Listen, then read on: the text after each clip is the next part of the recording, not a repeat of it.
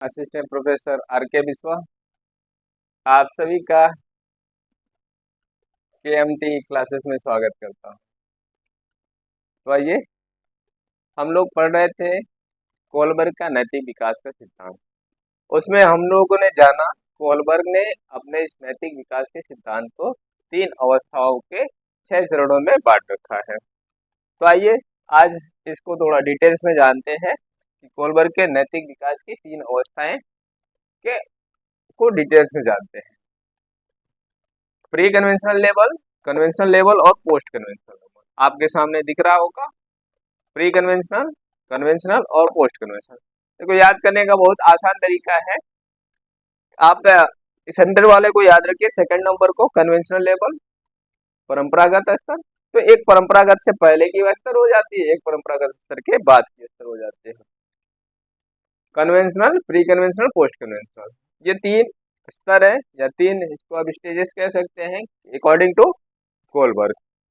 अब ये पहले आज हम लोग इसको डिटेल्स में जानेंगे। पहले को जो परंपरागत स्तर है, इसके अंतर्गत आज हम जानेंगे क्या होता है। जैसा कि हमने जाना कि इसका जो एज ग्रुप होता है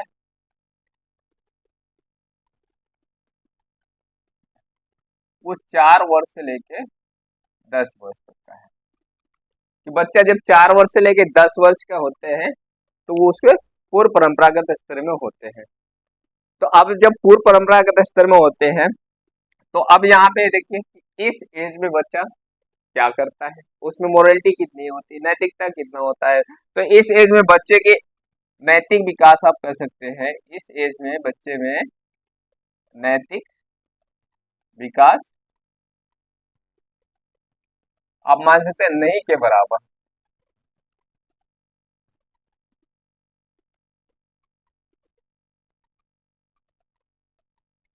इस एज में बालक के अंदर या छात्र के अंदर विकास न के बराबर होता है, एकदम नहीं के बराबर। क्यों नहीं के बराबर होता है? क्योंकि जो इस एज ग्रुप का बच्चा होता है या बालक होता है उसमें सही गलत में सही गलत की समझ नहीं होती है।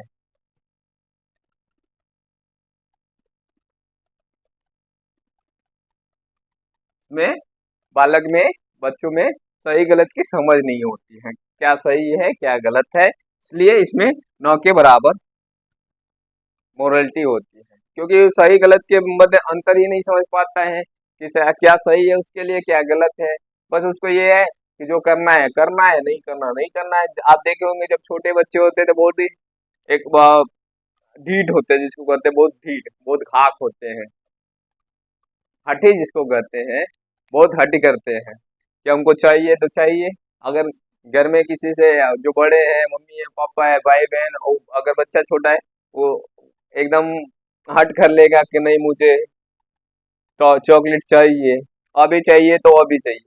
तो वही हाल हो जाता है। सही गलत तो उसको नहीं समझ में आता है कि कंडीशन क्या है, किस तरह का है, ऐसा कहीं नहीं उसमें ये। तो इसीलिए कह रहे हैं इन्होंने कि बच्चे के अंदर सही गलत की समझ नहीं होती है, इसलिए इसके अंदर नैतिक विकास न के बराबर या नैतिकता नहीं के बराबर होता है। ठीक। अब इस एज में जो बालक होता है सही क्या करना है गलत क्या करना है वो उसका देखो सही और गलत 2 कारणों से करता है। सही और गलत 2 कारण जिसके वो करने का उसको समझ नहीं आता है। सही और गलत को चयन कैसे करता है? 2 कारण होता है कि बच्चा सही एवं गलत का चयन।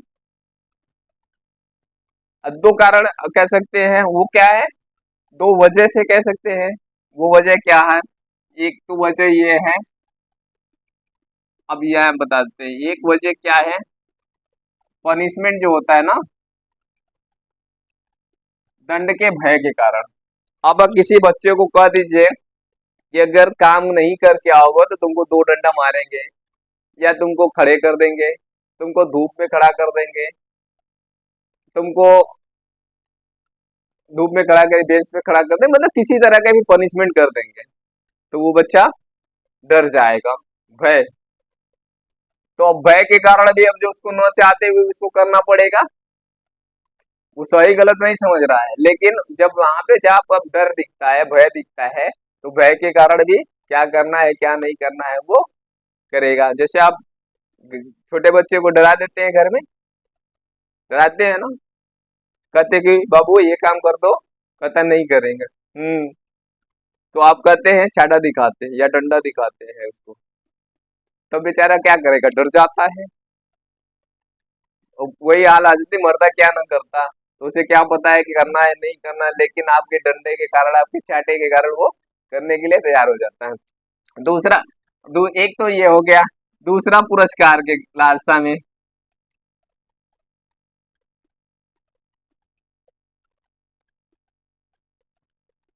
पुरस्कार के लालसा में वो सही गलत कार्य करना, क्या करना है क्या नहीं करना, अब सोचेगा पुरस्कार मिलेगा तो हमें जो करना है वो करना है।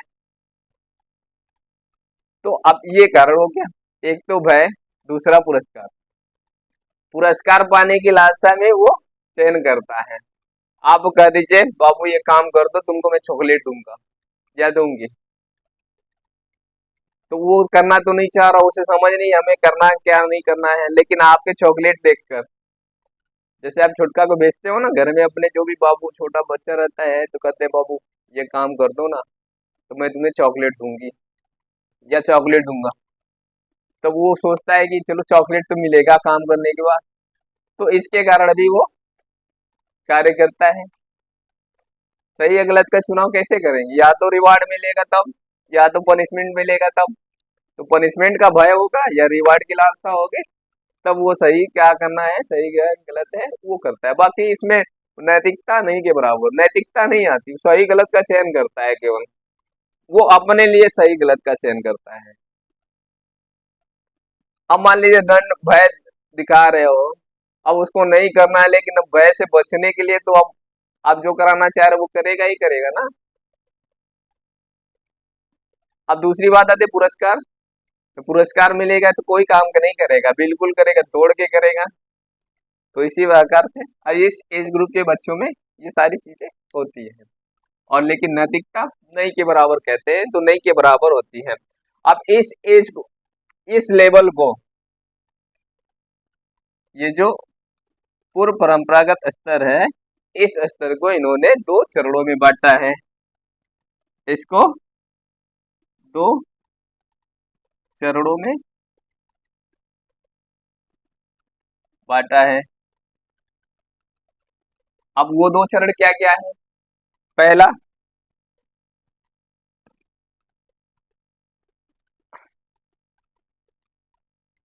Punishment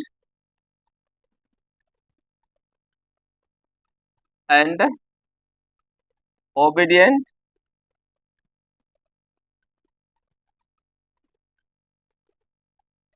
orientation.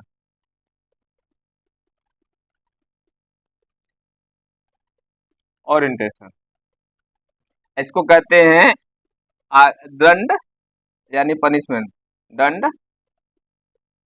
एवं आज्ञा पालन,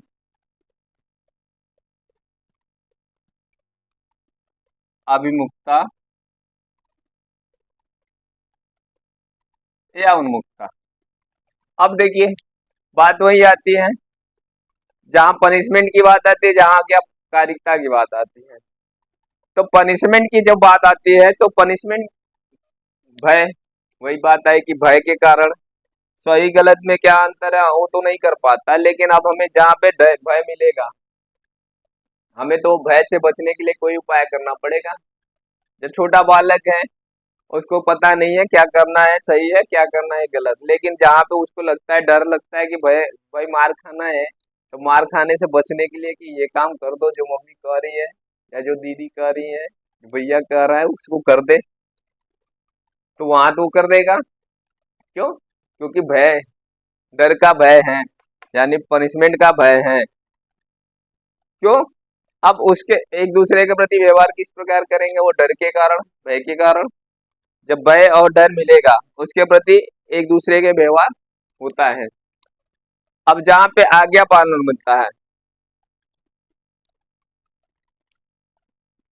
अगर भाई यहाँ पे यही बता रहा है कि इसमें भय, जहाँ पे बच्चा कोई गलत कार्य करेगा, तो गलत कार्य करेगा तो उसको क्या मिलेगा? पनिशमेंट मिलेगा। अब वो पनिशमेंट किसी रूप में हो सकता है, धूप में खड़ा रहना पड़े, बेंच पे खड़ा रहना पड़े, मुर्गा बनना पड़े, चाहे डंडा खाना पड़े, चाटे खाने पड़े, किस प्रकार के पनिशमेंट हो सकता है। उस पनिशमेंट के कारण, ठीक है ना, अब पनिशमेंट प्राप्त होगा तो भाई उसको डर होगा, तो अब उसको हमेशा कहेगा आज्ञा पालक बन जाओ, आज्ञाकारी बालक बन जाओ। जब आज्ञाकारी बालक बन जाएंगे तो पनिशमेंट की बात ही नहीं आएगी, तो कहेंगे मोरलिटी, मतलब नैतिक हो जाएंगे। ठीक।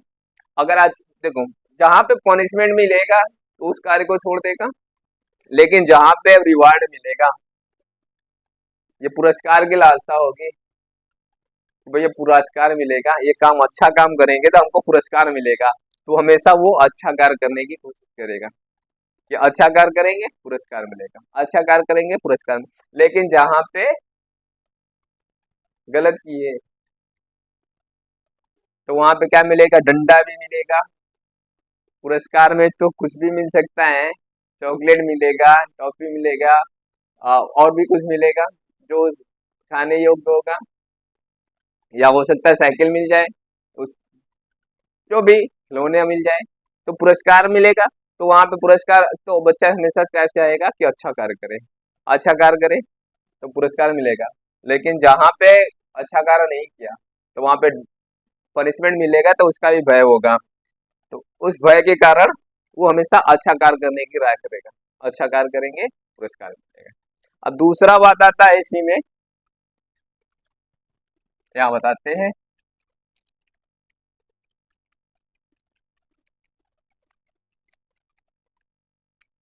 यांत्रिक सापेक्षिक अभिमुखता।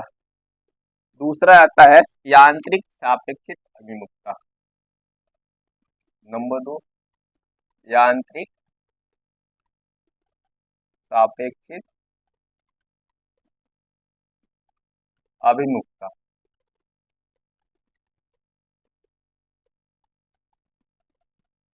यांत्रिक सापेक्षिक अभिमुखता।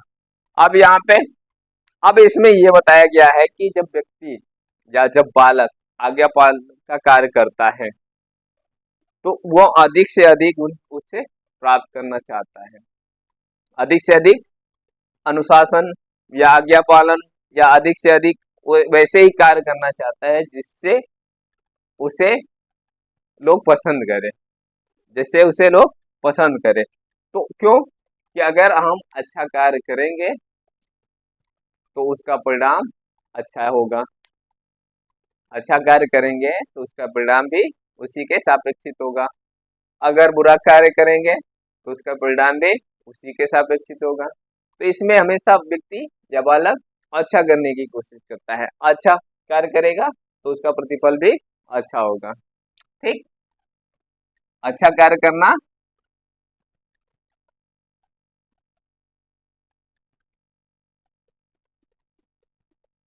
क्यों करना? क्योंकि इसका प्रतिफल भी उसी की तरह होगा।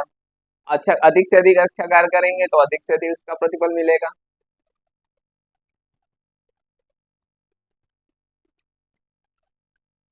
अधिक से अच्छा कार्य करेंगे तो उस कार्य के अनुरूप उसका प्रतिफल,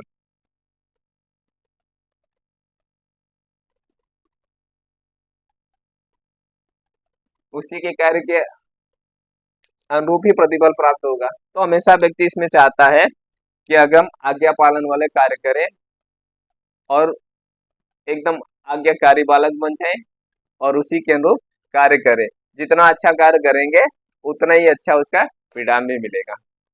अब बात आती है दूसरा, परंपरागत स्तर।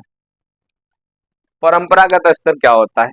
अब ये स्तर आप जानते हैं, ये जो लेबल है, ये लेबल चलता है 10 वर्ष से लेके 13 वर्ष तक का। ये जो लेबल चलता है 10 से 13 वर्ष तक चलता है। अब इसके अंतर्गत छात्र बहुत ही सामाजिक बनता है, या बालक कैसा होता है? सामाजिक होता है। इसके अंतर्गत आप कह सकते हैं बालक सामाजिक होते हैं।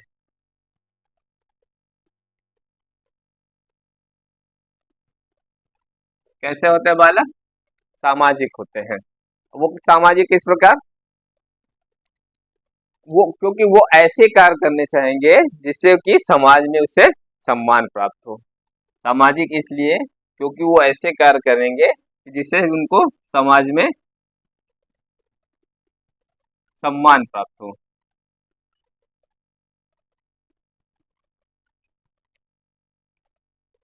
सामाजिक होते हैं मतलब बालक की स्टेज में बहुत सामाजिक होते हैं। सामाजिक इस प्रकार से वो ऐसे कार्य करना चाहेंगे जिससे कि उसे समाज में सम्मान मिले। इस प्रकार से वो कैसे होते हैं?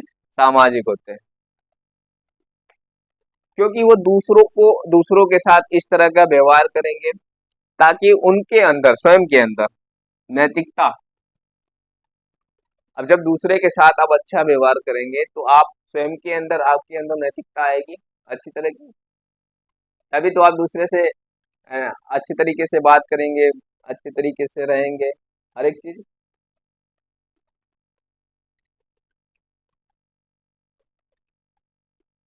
बालक यानी कि आप इसे कह सकते हैं दूसरे के साथ,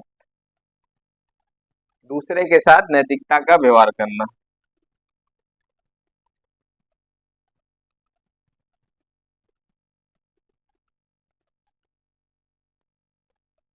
दूसरे के साथ, क्योंकि वो बालक हमेशा क्या करता है? दूसरे का अनुकरण करता है ना।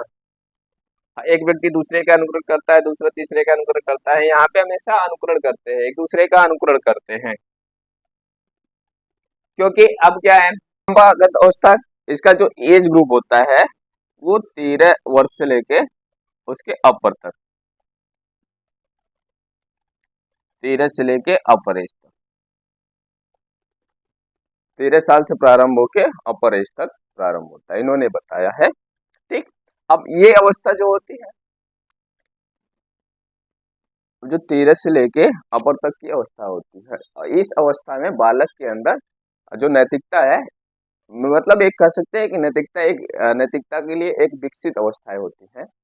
ये जो अवस्था है बालक के अंदर, इसमें नैतिकता विकसित हो जाती है। और साथ ही साथ ये भी कह सकते हैं कि नैतिकता के लिए परिपक्व अवस्था होती है, परिपक्वता आ जाती है। तो ये ऐसी अवस्था होती है जिसमें नैतिक विकास के लिए एकदम परिपक्व होता है। और इस अवस्था में बालक समाज के प्रति अपने उत्तरदायित्व को भी प्रमुखता देने लगता है। ये पोस्ट कन्वेंशनल लेवल, इस अवस्था के अंतर्गत। अब इन्होंने इस अवस्था को दो अलग अलग भागों में बांट के, या दो अलग अलग चरणों में बांट के समझाया है। पहले चरण की सामाजिक अनुबंधन विधि संबद्ध अभिमुखता, सामाजिक अनुबंधन विधि संबद्ध अभिमुखता। अब इसमें यह बताया है कि ये जो बालक होता है समाज के प्रति अपने दायित्वों को प्रमुखता देने लगता है, यानी समाज के प्रति उसका क्या दायित्व है उस चीजों को समझने लगता है, समाज में उसका क्या स्थान है, समाज में उसको कौन से कार्य करने चाहिए, उसकी क्या रोल है, इन सारी चीजों के बारे में वो प्रमुखता देने लगता है। जो नियम है, समाज के द्वारा जो नियम बनाए गए हैं उन सभी नियम को भी मानने लगता है, अपने आप में अपनाने लगता है, उसके अनुरूप कार्य करने लगता है, यानी समाज के प्रति जो नियम है उसको अपनाने लगता है। साथ ही साथ अपने व्यक्तित्व के एवं व्यवहार में परिवर्तन भी करता है। जहाँ पे उसको लगता है कि उसके व्यवहार में परिवर्तन करना चाहिए वहां पे परिवर्तन करता है, अपने पर्सनालिटी, अपने व्यक्तित्व को भी परिवर्तन करता है। और अपने अंदर समाज के प्रति या अपने खुद के प्रति अपने उन दायित्वों को भी ग्रहण करने लगता है, उन दायित्वों को भी अपनाने लगता है कि हमारा अपने प्रति क्या रोल है, समाज के प्रति क्या रोल है, हमारा क्या कर्तव्य है, उन सारी चीजों को भी ग्रहण करने लगता है, उन दायित्वों को भी पूरा करने लगता है। और दूसरा आता है इसमें, दूसरा जो है सार्वभौमिक नैतिक सिद्धांत अभिमुखता, यूनिवर्सल इथिकल प्रिंसिपल ओरिएंटेशन। अब सार्वभौमिक नैतिक सिद्धांत अभिमुखता, सार्वभौमिक क्या है? अब सार्वभौमिक वो होता है जो हर जगह पे मान्य हो, तो शाश्वत सत्य हो, जो सभी जगह पे एकदम स्वीकार हो। तो अब इसमें क्या होता है, जो शाश्वत सत्य होते हैं, जो नियम होते हैं, उन सभी जो जब सही होते हैं, जब हर जगह पे जो मान्य होने वाले हैं, जो शाश्वत सत्य है, उस तरह के नियमों का वो चयन करने लगते हैं, उस प्रकार के नियमों का वो चयन करने लगते हैं बालक। और प्रत्येक परिस्थिति में अपने आप को अनुकूल करते हैं। प्रत्येक परिस्थिति में अपने आप को अनुकूल, परिस्थितियां चाहे जितनी भी विपरीत हो। आजकल व्यक्ति घबरा जाता है, थोड़ा सा ही परिस्थितियां उसके विपरीत हो जाता है तो वो अपनी आपा खो देता है, डगमगा जाता है। तो परिस्थितियां चाहे जितनी भी विपरीत हो, उस हर परिस्थिति में अपने आप को अनुकूल करना। क्यों, कैसे? क्योंकि बालक अपने बुद्धि विवेक के माध्यम से, अपने आत्मचिंतन के माध्यम से सही गलत के प्रति निर्णय लेना कि क्या सही है क्या गलत है, उसमें अपने बुद्धि विवेक का प्रयोग करना। जब अपने बुद्धि विवेक का प्रयोग करेंगे तो आत्मचिंतन करेंगे तो क्या सही है क्या गलत है, उसके प्रति आप निर्णय सही तरीके से ले सकेंगे। बालक इस अवस्था में बालक मैच्योर हो जाता है, नहीं परिपक्व हो जाता है, उसकी जो बुद्धि होती है उसका भी परिपक्व। नैतिकता की बात करें तो इसमें नैतिकता एकदम यह अवस्था नैतिकता के लिए परिपक्व अवस्था होती है, उसमें नैतिकता एकदम विकसित हो जाती है।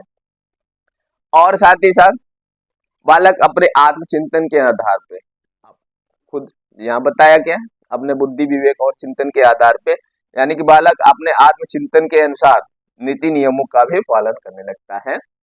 इसका तात्पर्य यह है आत्मचिंतन के अनुसार नीति नियमों का पालन करना कि हमें कौन सी नीति को अपनाना चाहिए, कौन सी नीति हमारे लिए सही है, किस नीति के तहत कार्य करने चाहिए, वो सारी चीज अपनाने लगते हैं। क्योंकि नैतिकता हमें यही बताता है कि हमें सही गलत में पहचान करना है, कौन सी चीजें हमारे लिए सही है, कौन सी चीजें हमारे लिए गलत है, जो दूसरों को भी कष्ट ना दे, खुद को भी ना दे और दूसरों को भी ना दे। तो ये नैतिकता हमें बताता है अच्छे कार्यों को करने के लिए। नैतिकता कभी हमें ये नहीं कहता कि हमें बुरे कार्य करने हैं या समाज विरोधी कार्य करने हैं या अपने विरोधी कार्य करने या व्यक्ति विरोधी कार्य करने। नैतिकता कभी ये हमें इजाजत नहीं देता है। मोरलिटी हमेशा अच्छे कार्यों के लिए होता है। लेकिन वहां पे जब डायलेमा की बात आती है या रीजनिंग की बात आती है, मोरल रीजनिंग की बात आती है कि सही और गलत में निर्णय करना है, या दो विचारों के में एक विचार को चुनाव करना है, वो तो परिस्थिति के अनुकूल होता है। परिस्थिति किस प्रकार की है उस आधार पे हम सही और गलत विचारों को चयन करते हैं या दो विचारों में एक विचार को चयन करते हैं, जिस तरह की परिस्थितियां आती है उस परिस्थिति के अनुसार। तो आज हमने पढ़ा कोलबर के नैतिक विकास का सिद्धांत, और हमने इस सिद्धांत को पूरी तरीके से कवर करने की कोशिश किया और हमने इस सारी चीजों को कवर किया। और आप इस चीजों को बहुत अच्छे से पढ़ लीजिएगा। इसमें से आपको सीटेट और साइकोलॉजी परीक्षाओं के में हमेशा 3 से 4 प्रश्न आते हैं। तो जब तक आप इसको पूरी तरीके से अच्छे से नहीं पढ़ेंगे तो आप इस प्रश्न को सही नहीं कर पाएंगे। तो इसलिए आप इस वीडियो को बार बार देखें और हर प्रश्न को सही करने का कोशिश करें। ठीक है, धन्यवाद। अब अगले वीडियो अगली थ्योरी के साथ फिर मिलेंगे।